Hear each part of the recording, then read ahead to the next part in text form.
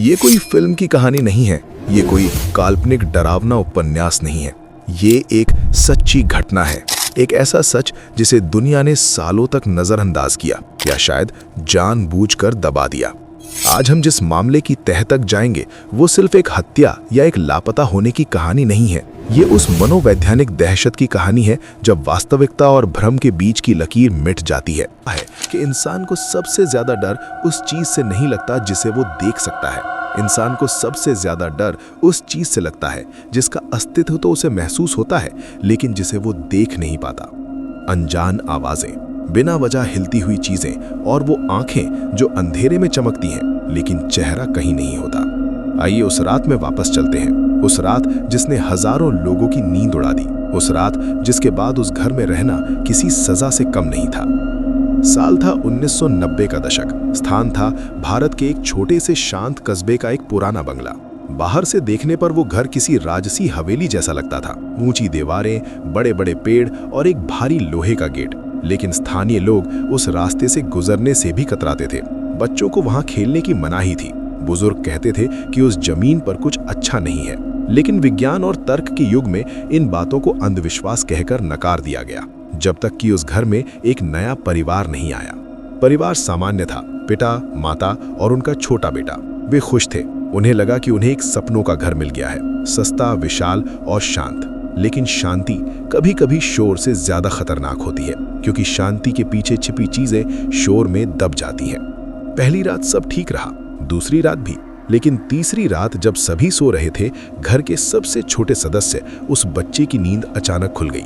उसे लगा कि उसके कमरे के कोने में कोई खड़ा है। उसने आंखें मली, अंधेरा था। उसने अपने माता पिता को आवाज दी, लेकिन आवाज गले में ही अटक गई, क्योंकि उस छाया ने हिलना शुरू कर दिया था, धीरे धीरे, बिना किसी आवाज के। बच्चा कांपने लगा। उसने चादर ओढ़ ली। पूरी रात वो उसी डर में कांपता रहा कि जब वो चादर हटाएगा तो वो चीज उसके चेहरे के बिल्कुल करीब होगी। सुबह हुई, सब सामान्य था। माता पिता ने इसे बच्चे का डरावना सपना बताया, लेकिन बच्चा जानता था वो सपना नहीं था, वो एहसास असली था। दिन बीतते गए, घटनाएं बढ़ने लगी। पहले तो छोटी मोटी चीजें, रखा हुआ पानी का गिलास अपने आप सरक जाता, कुर्सी की आवाज आती जबकि वहां कोई नहीं होता। रात में सीढ़ियों पर पैरों के चलने की आवाज आती, भारी कदम, जैसे कोई बूढ़ा आदमी धीरे धीरे ऊपर चढ़ रहा हो। लेकिन जब पिताजी हाथ में लाइट लेकर ऊपर जाते, वहां सन्नाटा होता, कोई नहीं होता। लेकिन असली खौफ तब शुरू हुआ जब ये घटनाएं सिर्फ आवाजों तक सीमित नहीं रहीं। एक शाम मां रसोई में खाना बना रही थी। अचानक उनके पीछे रखे मसाले के डिब्बे जोर से जमीन पर गिर गए। वे चौंक कर पीछे मुड़ी, वहां कोई नहीं था। उन्होंने सोचा शायद हवा लगी होगी, लेकिन खिड़कियां बंद थीं। उन्होंने डिब्बे उठाए और वापस रख दिए। जैसे ही वे मुड़ी, फिर से वही आवाज, धड़ाम। इस बार डिब्बे नहीं बल्कि रसोई की अलमारी का दरवाजा जोर से बंद हुआ। माँ का दिल जोर से धड़कने लगा।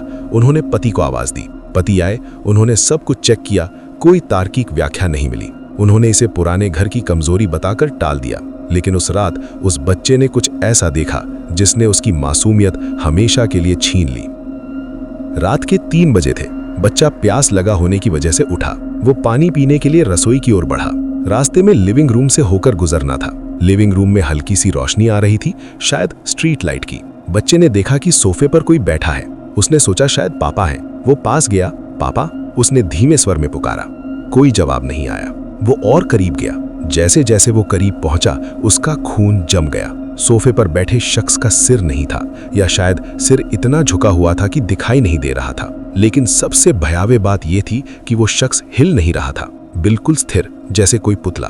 बच्चे की चीख निकल गई। वो भागकर अपने कमरे में गया और दरवाजा बंद कर लिया। वो पूरी रात रोता रहा। सुबह हुई। माता पिता ने पूछा तो बच्चे ने सब कुछ बताया।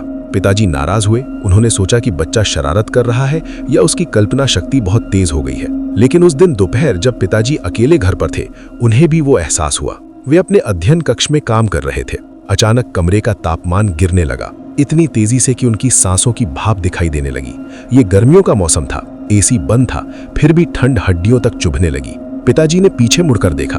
खिड़की के शीशे पर धुंध के बीच किसी ने उंगली से कुछ लिखा था। उन्होंने पास जाकर देखा, शीशे पर लिखा था, बाहर निकल जाओ। पिताजी कांप उठे। उन्होंने तुरंत खिड़की खोली। बाहर कोई नहीं था।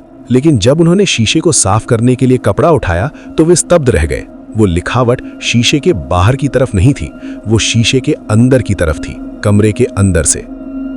उस दिन के बाद घर का माहौल बदल गया। अब डर सिर्फ रात तक सीमित नहीं था, दिन के उजाले में भी अजीबोगरीब घटनाएं होने लगी। आईने में चेहरे धुंधले दिखाई देते, फोन अचानक बंद हो जाता, और सबसे डरावनी बात, घर के कुत्ते का व्यवहार।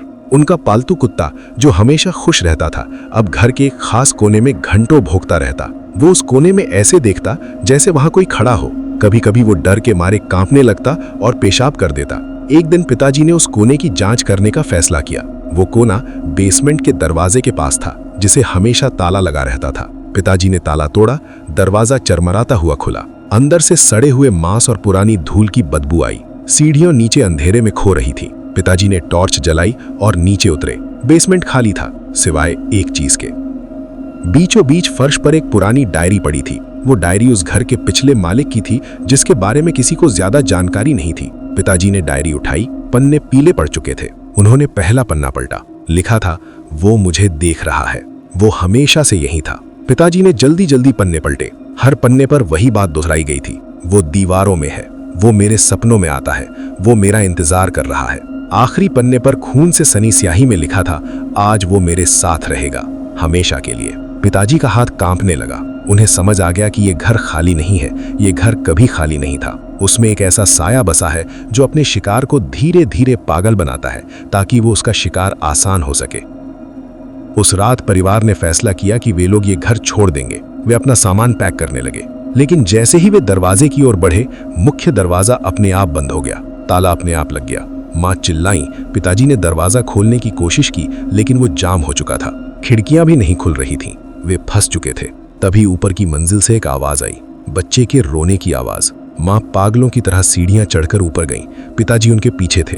बच्चे के कमरे का दरवाजा बंद था। अंदर से बच्चे के रोने और किसी के हंसने की आवाज आ रही थी। एक ऐसी हंसी जो इंसानी नहीं लग रही थी, एक खौफनाक भारी हंसी। पिताजी ने हिम्मत जुटाई और उस दरवाजे को तोड़ा। कमरे के अंदर का नजारा देखकर उनकी रूह कांप गई।